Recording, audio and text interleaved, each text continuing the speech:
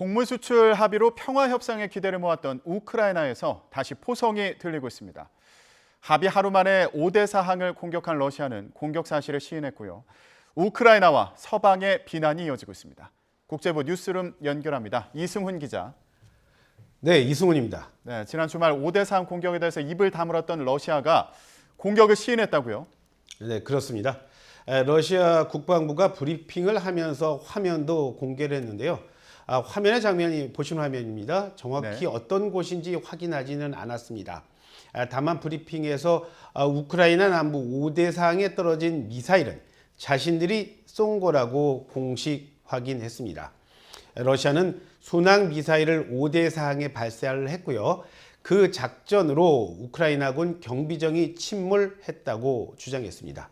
자, 그저께였죠. 러시아와 우크라이나 유엔 튀르키예는 현지 시각으로 23일에 흑해를 통한 곡물 수출 협상안에 최종 서명을 했습니다. 하지만 하루 만에 곡물 수출을 위해서 열기로 했던 5대사 곳곳에 미사일 공격을 가하면서 현재는 곡물 수출 합의 자체가 무산되는 게 아니냐, 그런 걱정이 지금 커지고 있습니다. 네.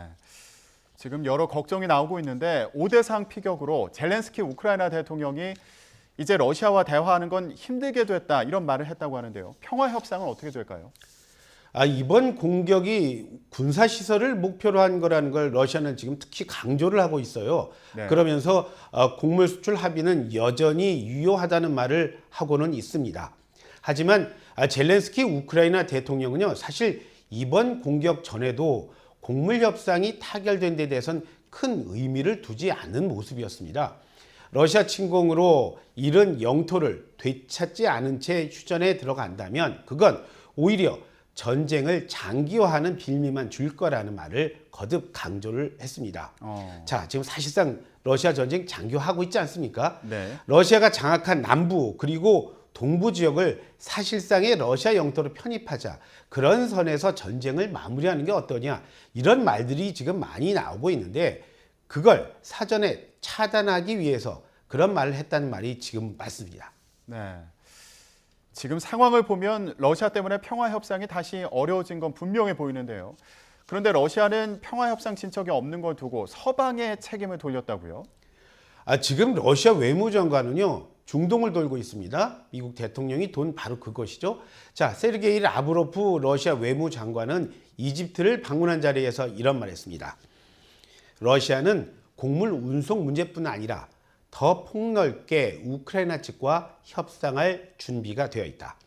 하지만 우크라이나와 서방이 협상을 원하지 않는다면서 모든 책임을 지금 우크라이나 그리고 서방에게 돌리고 있습니다. 그는 특히 이런 말 하더라고요.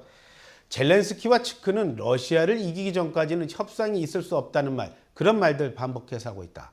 또 서방이 우크라이나의 마지막 승리를 거둘 때까지 싸우도록 계속 요구를 하면 할수록 더 많은 사람이 죽어나갈 거고 우크라이나에는 이롭지 않은 상황이 지속될 거다. 그런 참 보는 사람이 듣기 불편한 말 서슴지 않았습니다. 예. 자, 우크라이나 상황 알아봤고요. 이번엔 글로벌 경제 얘기도 해보겠습니다. 제닛 옐런 미 재무장관이 미국의 경기 침체 징후가 보인다는 지적에 선을 그었다고요? 미국 재무장관이요, 한 방송에 나와서요. 자, 미국의 상황은 경기 침체가 아니다. 여러 번 했습니다. 오늘 그 말 또 했습니다. 앨런 장관은 경기 침체는 경기 전반이 취약해지는 걸 말하는데, 자, 지금 미국이 성장이 느려지는 이행기에 있긴 하다. 하지만 필요하고 지금 과정은 또 필요하고 또 적절한 과정이다라는 기존 입장을 되풀이했습니다. 앨런 장관은요, 앞으로 2분기 연속 마이너스 성장을 기록할 수 있다. 하지만 그런 마이너스 성장을 2분기 연속 기록한다고 해도 미국은 여전히 한 달에 40만 개가 넘는 새 일자리를 만드는 튼실한 고용이 뒤를 바치고 있다. 그래서 현재 상황을 경기 침체로 규정해서는 안 된다고 말을 했습니다. 얼마 전 말씀드렸죠. 최근 급증하고 있는 실업수당 신청 건수, 이걸 들어서 월가의 전문가들은 암울한 고용 전망을 잇따라 내놓고 있는데요. 미국 재무장관과의 전문가들 시각 차이는 좀 컸습니다. 네. 자, 그런데 앞서 코로나19에 걸린 조 바이든 미국 대통령 건강은 좀 어떤 상황인가요? 오늘로 확진 나흘째죠. 자, 조 바이든 미국 대통령의 증상이 계속 나아지고 있다는 게 백악관의 말입니다. 미국 대통령 문제에 걱정 안 해도 된다 이런 얘기를 전하기 위해서요. 지금 미국 대변실 직원들은요. 미국의 각 방송사들 분주히 돌고 있습니다.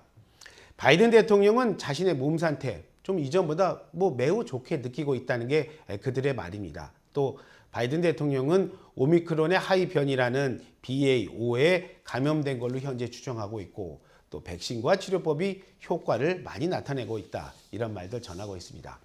특히 대통령과 밀접 접촉한 사람은 17명인데 확진된 사람 아무도 없다는 점을 백악관은 특히 강조했습니다. 네. 자, 미국 얘기해봤는데 이번엔 일본으로 가보겠습니다. 화산이 불을 뿜으면서 주민 피난 명령까지 내려졌다고요? 불을 뿜고 있는 곳은 바로 일본 규슈섬의 남부 가코시마현의 화산섬 사쿠라지마입니다. 자, 어젯밤 8시가 조금 넘어서 보시는 사진처럼 불을 뿜기 시작했는데요. 네. 연기 속에 튀어오른 돌이요. 분화구 넘어서 2.5km까지 참 멀리도 날아갔습니다.